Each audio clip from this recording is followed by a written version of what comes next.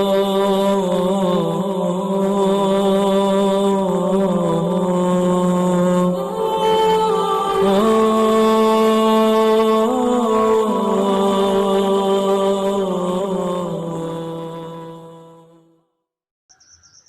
اللہ الرحمن الرحیم۔ تمام ناظرین اور سامعین کو حسنین خان کا خلوص بھرا سلام۔ میں ہوں حسنین خان اور آپ دیکھ رہے ہیں 14 ستارے یوٹیوب چینل۔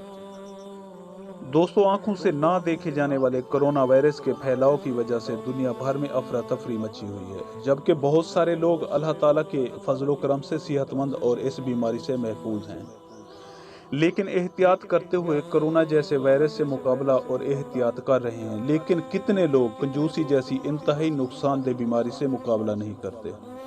حالانکہ یقیناً کنجوسی کی بیماری ان کے دل و دماغ، عمل اور کردار میں پائی جاتی ہے، مگر اس سے بچنے کی کوشش نہیں کرتے۔ کنجوسی سب سے بری اخلاقی صفات میں سے ہے۔ اس کے نقصان کا پھیلاؤ اتنا زیادہ ہے کہ کنجوسی انسان کی دنیا و آخرت کو تباہ کر دیتی ہے۔ مال و دولت جمع کر کے کنجوسی کرنا شیطان کی انسان کو تلقین ہے۔ بخیل آدمی سے نیک کاموں کی توفیق سلب ہو جاتی ہے۔ جو کچھ اسے نیک راستے پر خرچ کرنا چاہیے تھا، اسے نقصان دہ کاموں اور گناہ پر لگا دیتا ہے۔ اس کا ایمان تباہ ہو جاتا ہے۔ کنجوس آدمی منافقت، قطع رحمی، جھوٹ، ظلم، بے گناہوں کا خون بہانے اور حرام کو حلال سمجھنے جیسے گناہوں کا مرتکب ہوتا ہے۔ لہٰذا کنجوسی کی بیماری کرونا وائرس سے زیادہ نقصان دہ ہے۔ جیسے لوگ کرونا وائرس سے بچنے کی کوشش کر رہے ہیں، اسی طرح کنجوسی جیسی بری صفت سے بچتے ہوئے غریبوں کی امداد کرنی چاہیے۔ کنجوسی کی اصل جڑ اللہ تعالیٰ کے وعدوں پر بدگمانی ہے۔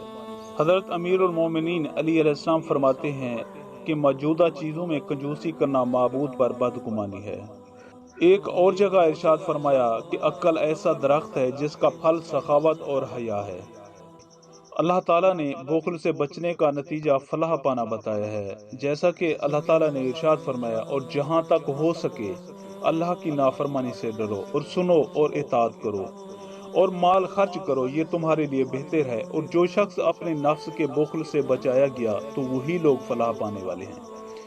پیارے دوستوں، میں امید کرتا ہوں کہ آپ کو میری یہ ویڈیو اچھی لگی ہو۔ اگر آپ کو میری یہ ویڈیو اچھی لگے تو پلیز آپ میرے چینل کو سبسکرائب اور اس ویڈیو کو لائک ضرور کیجیے، اور اپنی قیمتی آراء کا اظہار نیچے کمنٹ سیکشن میں کرنا مت بھولیے۔ اب ہمیں اپنی اگلی ویڈیو تک کے لیے اجازت دیجیے، اس دعا کے ساتھ کہ اللہ پاک آپ کو اپنی حفظ و امان میں رکھے۔ اپنا بہت زیادہ خیال رکھیے گا۔ شکریہ۔ خدا حافظ۔